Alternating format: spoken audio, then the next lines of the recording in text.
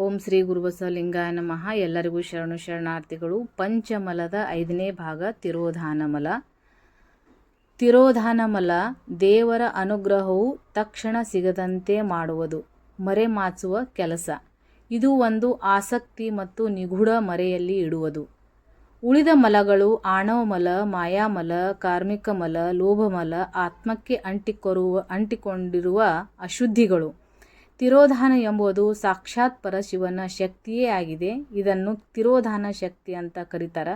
ಆತ್ಮದ ಮೇಲೆ ಪರದೆ ಹಾಕ್ತದೆ. ಯಾಕೆ ಹಾಕ್ತದೆ ಅಂದ್ರೆ, ಒಂದು ಹಣ್ಣು ಕಾಯಿಯಾಗಿದ್ದಾಗ ಅದು ಗಟ್ಟಿಯಾಗುತ್ತದೆ. ಅದು ತನ್ನ ಸಮಯಕ್ಕೆ ಬಂದು ಹಣ್ಣು ಆಗುವವರೆಗೆ ಪ್ರಕೃತಿಯು ಅದನ್ನು ಕಾಯ್ತದೆ. ಅದು ಅದರ ಧರ್ಮ. ಹಾಗೆ ನಾವು ಆತ್ಮಗಳು, ಜೀವಿಗಳು ಜ್ಞಾನವನ್ನು ಪಡೆಯಲು ಸಿದ್ಧವಾಗುವವರೆಗೆ ದೇವರು ಈ ಪ್ರಪಂಚದ ಸತ್ಯವನ್ನು ಮರೆಮಾಚಿ ಜಗತ್ತಿನಲ್ಲಿರುವ ಎಲ್ಲ ಅನುಭವಗಳನ್ನು ನೀಡುತ್ತಾನೆ. ಎಲ್ಲವೂ ಅನುಭವಿಸಿ ಇನ್ನು ಸಾಕು ಅಂದು ನಾವು ಭಕ್ತಿ ಮಾರ್ಗಕ್ಕೆ ಬರುತ್ತೇವೆ.